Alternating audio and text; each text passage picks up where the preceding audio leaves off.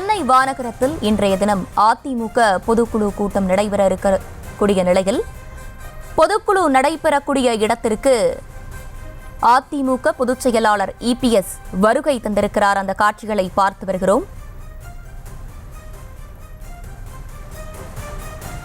அதிமுக பொதுக்குழு நடைபெறும் வானகரத்திற்கு அதிமுக பொதுச் செயலாளர் இபிஎஸ் வருகை தந்திருக்கிறார். அந்த காட்சிகளை பார்த்து வருகிறோம்.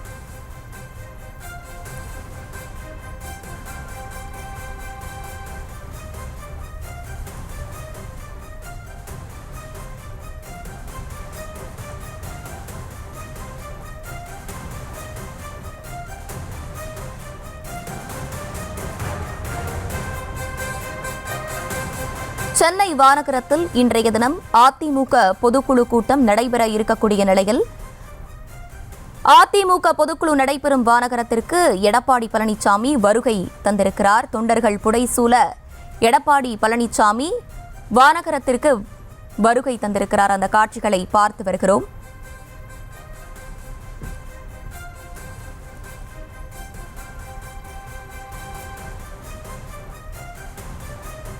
அதிமுக பொதுக்குழு நடைபெறும் வானகரத்திற்கு அதிமுக பொதுச் செயலாளர் எடப்பாடி பழனிசாமி வருகை தந்திருக்கிறார். தொண்டர்கள் புடைசூழ வானகரம் சென்றடைந்திருக்கிறார் எடப்பாடி பழனிசாமி. அந்த காட்சிகளையும் ஒருபுறம் திரையில் பார்த்து வருகிறோம்.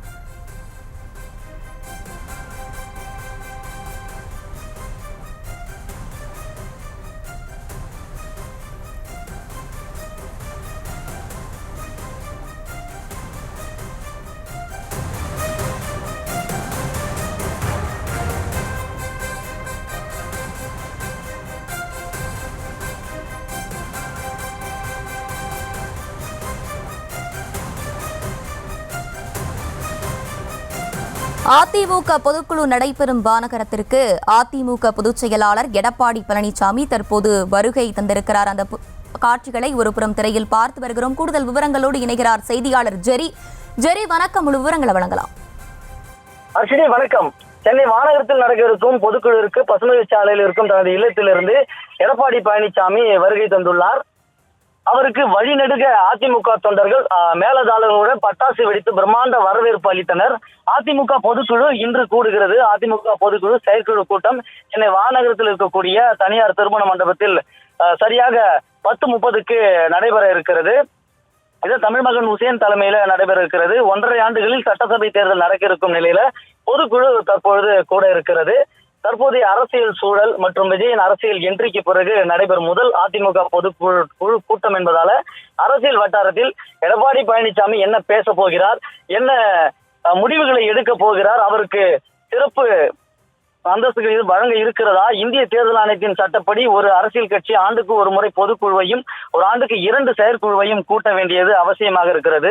அந்த வகையில் அதிமுக கட்சி சார்பில் செயற்குழு கூட்டம் ஒன்று ஏற்கனவே நடத்தி முடிக்கப்பட்டிருக்கிறது. இந்த சூழலில் தான் பொதுக்குழு மற்றும் ஒரு செயற்குழு கூட்டம் பாக்கி இருப்பதனால் இன்றைக்கு இந்த பொதுக்குழு செயற்குழு கூட்டம் நடைபெற இருக்கிறது. இந்த ஆண்டு இறுதிக்குள் நடத்தப்பட வேண்டிய அவசியமாக ஒன்றாக இருப்பதனால் இன்றைக்கு அந்த கூட்டமானது நடைபெற இருக்கிறது. இந்த கூட்டத்தில் சுமார் 4000க்கும் அதிகமான கட்சி தொண்டர்கள், தலைவர்கள், பிரதிநிதிகள் பலரும் பங்கேற்றிருக்கின்றனர். 300க்கும் மேற்பட்ட சிறப்பு அழைப்பாளர்களும் பங்கேற்றிருக்கின்றனர். இந்த கூட்டத்தின் போது 2026ஆம் ஆண்டிற்கான சட்டசபை தேர்தல் குறித்தான ஆலோசனை நடத்தப்படும் எனவும் கூறப்படுகிறது. இதற்கு தீர்மானம் நிறைவேற்றுவதற்காக 8 முன்னாள் அமைச்சர்கள் கொண்ட குழு அமைத்து இந்த தீர்மானத்திற்காக முடிவுகள் எடுக்கப்பட்டு வந்தது. தற்பொழுது இந்த பொதுக்குழு கூட்டத்தில் என்னென்ன முடிவுகள் எடுக்கப்பட போகிறது, எதிர்கட்சி தலைவர் எடப்பாடி பழனிசாமி என்ன பேச போகிறார் என்பது குறித்து கட்சி மட்டுமல்ல இந்த அரசியல் வட்டாரங்களும் ஆவலாக எதிர்நோக்கி இருக்கின்றனர். தற்பொழுது கிரீன்வே சாலையில் தனது இல்லத்திலிருந்து ஸ்ரீவாரி மண்டபத்திற்கு வருகை தந்திருக்கிறார். வழிநெடுக அதிமுக தொண்டர்கள் பிரம்மாண்ட வரவேற்பு வழங்கினர்.